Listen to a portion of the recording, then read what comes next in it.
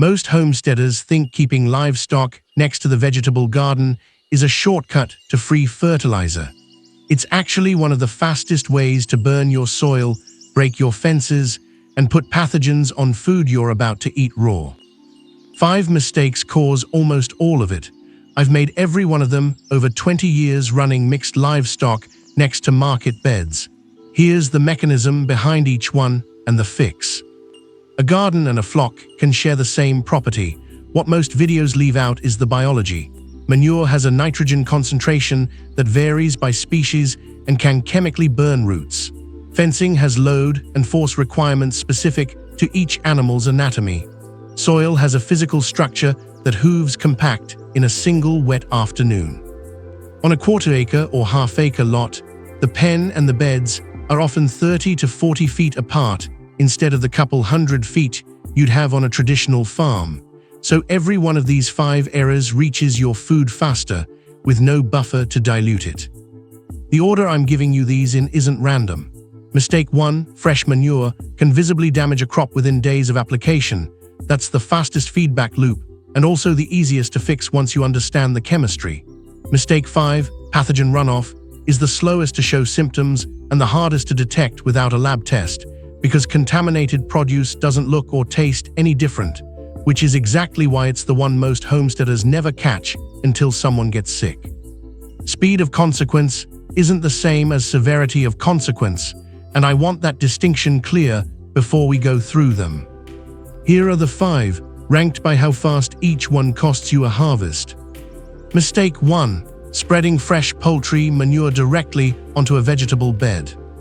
Fresh layer manure runs 4 to 5% nitrogen by dry weight, mostly as uric acid, which converts to ammonium within days of contact with damp soil. Cow manure sits closer to 0.5 to 1% nitrogen. Horse manure runs even lower. Poultry manure isn't just stronger, it's 5 to 10 times more concentrated in plant-available nitrogen than the manures most people assume are interchangeable. When ammonium nitrogen builds up around root hairs, it disrupts the osmotic balance inside the root cells and pulls water out of the root instead of letting it in. That produces scorch that looks identical to drought stress on soil you watered that same morning, a salt burn, not a moisture deficit. Watering more makes it worse, because it spreads the ammonium concentration through more of the root zone. Fresh poultry manure also carries Salmonella and Campylobacter, and both organisms survive in soil and on the underside of leaves for weeks under typical spring and summer moisture and temperature. FDA produce safety guidance sets a minimum interval between raw manure application and harvest, specifically because of that survival window, 90 to 120 days for crops in contact with soil, longer for anything eaten raw and unwashed. The fix is hot composting. Mix the manure with a carbon source, straw, wood shavings, shredded leaves, to bring the carbon to nitrogen ratio down to roughly 25 to 1. Hold the pile's core above 131 degrees Fahrenheit for a minimum of 3 consecutive days, the threshold NRCS composting standards use to knock down pathogen loads. Check that core temperature with a compost thermometer inserted at least 18 inches into the pile, not the surface, because surface temperature reads 20 to 30 degrees cooler than the core and will give you a false pass. Turn the pile at least twice over the full cycle so every part passes through the hot zone, not just the core. Total cure time before that compost touches a bed, 90 to 120 days minimum, 120 if you're growing anything eaten raw. Finished poultry compost runs roughly a 2:1:1 NPK ratio, which is still strong enough to matter for application rate. Work it into the top 6 inches of soil at 1 to 2 inches of depth, no more, and give root crops like carrots and beets a lighter rate than that. Excess nitrogen on root vegetables pushes leafy top growth at the expense of root development and can cause forking. Heavy feeders like corn, squash, and tomatoes tolerate the higher end of that range without the same trade-off. One more detail people miss: fresh manure raises soil pH temporarily as ammonia volatilizes off the pile, so if you're applying near anything pH sensitive, like blueberries, keep even finished compost well away from those beds and test pH before and after. Mistake 2, fencing goats and pigs like they're sheep. A goat treats a fence as a structure to test, not a boundary. It stands on a low section, leans its full body weight into a weak post, and if the top wire flexes even a couple of inches under that weight, uses the flex to climb over. A pig doesn't climb, it roots. A pig's snout disc generates well over 100 pounds of upward and forward force at ground level, enough to lift wire that isn't buried or staked tight. For goats, use woven wire or high-tensile electric at a minimum of 48 inches tall, with a hot wire offset at 8 to 10 inches nose height, because that's where a goat makes first contact when testing a fence with its face. For pigs, stake or bury the bottom wire 6 to 8 inches into the ground, or run a single strand of electric at snout height, roughly 6 inches for adults, lower for piglets. I've had a pig lift a standard 4-foot field fence in under 10 minutes because the bottom wire sat flush on hard-packed dirt instead of buried. That's the animal's anatomy doing exactly what it's built to do, not a fluke. A goat that gets into a bed once will locate and reuse that same weak point daily, sometimes within the hour, and retraining an animal off a route it already knows works almost never succeeds. Build to the species' actual physical capability the first time. Post spacing matters as much as wire choice. Set T-posts every 8 to 10 feet for goat perimeters, with a properly braced corner post at every turn, because an unbraced corner is the first point a goat's weight will pull loose. For the electric component, run a charger rated at a minimum of 0.25 to 0.5 joules per mile of fence for goats. Underpowered chargers deliver a shock too weak to register through a goat's coat, and an animal that gets zero deterrent from testing the wire will keep testing it.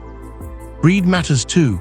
Nigerian dwarfs and Nubians are both notorious climbers and fence testers, more so than larger dairy breeds, so if you're running dwarf goats near a garden, budget for the higher end of every spec I just gave you. On the pig side, an American guinea hog roots less aggressively than a Berkshire or a Duroc cross, but I'd still never build a pig perimeter assuming the mellow breed won't test it. Anatomy doesn't change with temperament. Mistake 3. Letting chickens and ducks free range in growing beds because they eat the bugs. Scratching is instinctive foraging behavior for locating seeds and insects in leaf litter. It isn't selective pest control, and a chicken has no mechanism to distinguish a beneficial ground beetle from a seedling's root system. Most vegetable roots, lettuce, brassica seedlings, young strawberry crowns, sit in the top 2 to 4 inches of soil. A few minutes of scratching exposes those roots to direct sun, and exposed roots desiccate within the hour on a warm day. Ducks damage beds differently. They scratch less than chickens, but eat ripe strawberries and low-hanging peppers before you get to harvest, and their webbed feet flatten soft transplant soil by concentrating body weight over a wide, low-lying footprint rather than penetrating it the way a chicken's foot does. The fix is a mobile chicken tractor on a strict schedule, after harvest or before transplanting, never while a crop is actively growing. A 10 by 10 foot tractor with 8 to 10 birds for 24 to 48 hours clears pest larvae and weed seed without contacting a live crop, because there's no crop present at that point in the rotation. That works out to roughly 10 square feet per bird, which keeps grazing pressure even across the footprint instead of concentrated in one corner. Move the tractor before 48 hours in one spot, because past that window the birds start reworking soil structure the same way they would in an open run, and repeated scratching at the same spot breaks down the fungal networks, mycorrhizal associations, that vegetable roots depend on for phosphorus uptake, on a timescale of weeks to rebuild. Timing inside the season matters as much as the tractor rotation. Run poultry through beds in early spring before frost-tender transplants go in, or in late fall after the last harvest is off the bed, never during active fruiting or flowering. And breed selection changes intensity. Khaki Campbells forage harder and dig deeper than Pekins, which stay closer to the surface, so if slug and snail pressure is your main target, a lighter footprint breed like a Pekin does less collateral damage to bed structure while still getting the job done.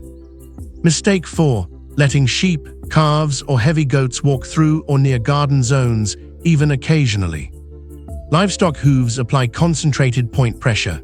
A mature goat can put over 200 pounds per square inch through a single hoof at the moment of a step, because the animal's full weight transfers through a small, hard contact surface instead of a distributed footprint. That pressure compacts soil aggregates and raises bulk density, a measure of how tightly the soil particles are packed. Once bulk density on a clay loam climbs above roughly 1.6 grams per cubic centimeter, root penetration drops sharply. Roots cannot push through pore spaces that small and start growing laterally along the compaction layer instead of downward. Compacted soil also loses pore space for oxygen. Roots that can't respire aerobically shift to anaerobic metabolism, which is a direct precursor to root rot once the same compaction blocks drainage and the soil holds excess water. This doesn't require daily traffic.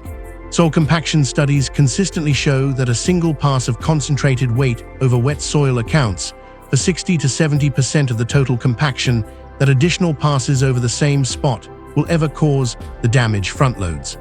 A handful of passes through a bed during a wet week can produce a compaction layer that takes multiple seasons of deep-rooted cover cropping or mechanical aeration to reverse.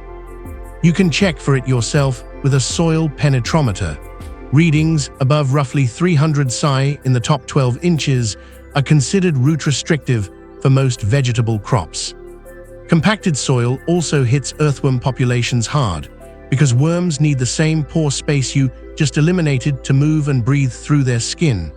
Compacted beds commonly show a measurable drop in earthworm counts within a single season, which matters because worm activity is a large part of how organic matter gets incorporated and drainage stays open. Recovery tools. A broad fork work to 10 to 12 inches depth to physically fracture the compaction layer without inverting soil biology the way tilling does, followed by a deep-rooted cover crop like daikon radish, which can punch through moderately compacted layers and leave root channels behind when it decomposes. The fix that prevents the problem in the first place is a dedicated sacrifice lot for heavy stock, physically separated from any garden soil, built on a gravel or heavy mulch base that absorbs repeated traffic without transmitting compaction into soil you're growing food in. Mistake 5. Putting the animal pen uphill from the garden. Water runs downhill and carries whatever it picks up along the way. Runoff from a pen sitting above a garden carries E. coli and other coliform bacteria, plus parasite eggs like Ascaris, directly into the root zone and onto the underside of any low-growing leaf in its path. FDA produced safety guidance treats an upslope manure source near a ready-to-eat crop as a direct food safety hazard, because leafy greens and low-growing fruit eaten raw have no cooking step to kill that bacteria before it reaches a plate. General produce safety guidance recommends a minimum buffer of 100 feet between an animal enclosure and a growing area exposed to downhill runoff, more on steeper grades. If your property doesn't give you that separation, or the slope puts the pen above the garden regardless, you need engineered water management, not hope. E. coli and other coliform bacteria can persist in soil for 90 days or longer under moist, shaded conditions, which is well past a single growing season's worth of exposure if the runoff source stays uphill all year. A vegetated buffer strip, 10 to 15 feet of dense grass or perennial planting between the pen and the garden, measurably reduces bacterial loading in runoff by slowing water velocity and filtering solids before they reach the beds, though it's a supplement to a swale, not a replacement for one. The trigger event you're managing for is usually a specific rainfall intensity rather than every rain. Light, steady rain mostly infiltrates, but anything over about ½ inch per hour on already saturated pen soil is enough to generate sheet flow that carries manure solids downhill. If you want hard data instead of a guess, a basic coliform water test on a grab sample taken after a heavy rain from wherever runoff exits the pen area will tell you exactly what's reaching your buffer or your beds. Site the garden uphill from any enclosure whenever the land allows it. Where it doesn't, cut a diversion swale, a shallow angled channel, 12 to 18 inches deep, dug along the contour between the pen and the beds, graded toward a drainage point outside the garden so it intercepts runoff and redirects it away from food crops instead of letting it sheet downhill unchecked. If any of these 5 match your setup right now, comment the word fence below and I'll send the exact spec sheet I use for goat and pig perimeters, post spacing, wire gauge, and electric offset heights. 10 seconds. Do it before you move to the next video. 5 fixes, 1 line each. 1. Compost poultry manure hot, 90 to 120 days before it touches a bed. 2. Fence to the animal's actual physical capability, buried wire and correct height for goats and pigs specifically, not generic field fence. 3. Poultry only in live beds through a mobile tractor, on a strict post-harvest or pre-planting schedule. 4. Heavy stock stays on a dedicated sacrifice lot, never in or near growing beds, even occasionally. 5. Garden uphill from any pen or a properly graded diversion swale, if the land doesn't allow it. None of this means livestock and vegetables can't share a property. It means they can't share a bed and they can't share water flow. Compost the manure fully. Build the fence to the animal's actual strength, not your guess. Keep poultry out of live beds on a schedule, not on instinct. Isolate heavy traffic completely. Respect the slope. If you're setting up a new property from scratch, the cheapest time to fix all 5 is before you dig a single bed or set a single post. Decide where the pen goes relative to slope first, build the sacrifice lot and the fence to spec from day 1, and start your first compost pile before you have a single bird producing manure you're tempted to use fresh. Retrofitting any one of these 5 after the fact costs more in materials and labor than building it right from the start, and it costs you at least 1 damaged harvest while you figure out what went wrong. Get those 5 right, and your livestock stops being a threat to your harvest and becomes the reason your soil keeps improving every season instead of degrading.